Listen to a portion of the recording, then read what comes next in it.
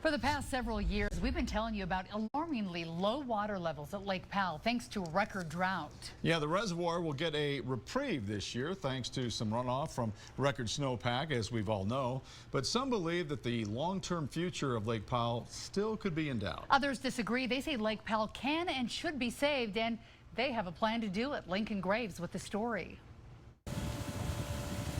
Below 35.25. It's a big unknown. Earlier this year, Lake Powell dropped to its lowest level since being filled up.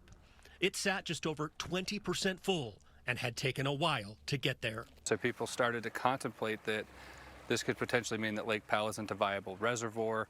This year, runoff from record snowpack will raise the lake 50 to 90 feet. Despite that, many still say long-term trends spell its eventual end. Ben Burr isn't convinced. Do you think Lake Powell can be saved? I do.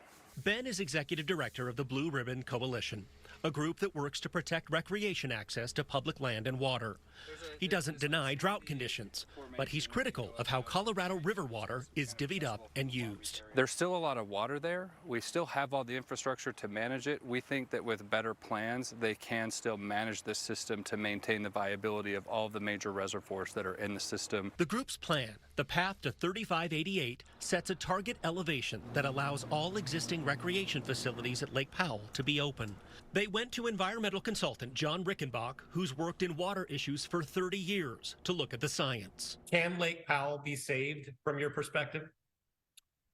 When you say saved, if you mean filled again to the top, that's a question of whether or not the climate cooperates. But he believes the states who rely on the river have much more work to do in cutting back and conserving water, which would leave more for the lake. So our only real response to that, in order to keep the reservoirs viable, not just for recreation, but for water supply, for energy production, is you have to reduce water consumption.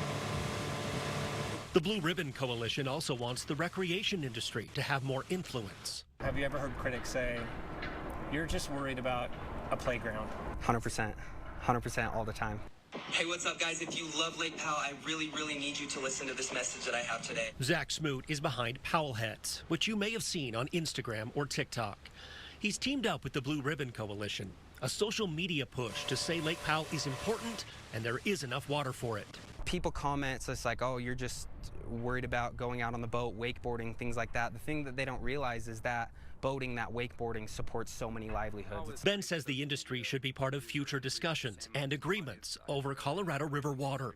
Recreation has grown to be such a juggernaut of an industry in the western states that it needs to at least have a seat at the table. A viewpoint, they say, that doesn't deny the realities of dwindling water supplies, but doesn't buy the idea there's nothing that can be done. So when Glen Canyon Institute or others would say the lakes are draining themselves, that's not thinking it through holistically. It is true if we don't change other aspects of the reality out there. Lincoln Graves, KUTV2 News. And a reminder, you can read the Blue Ribbon Coalition's path to 3588 for yourself. We posted it in the story on KUTV.com.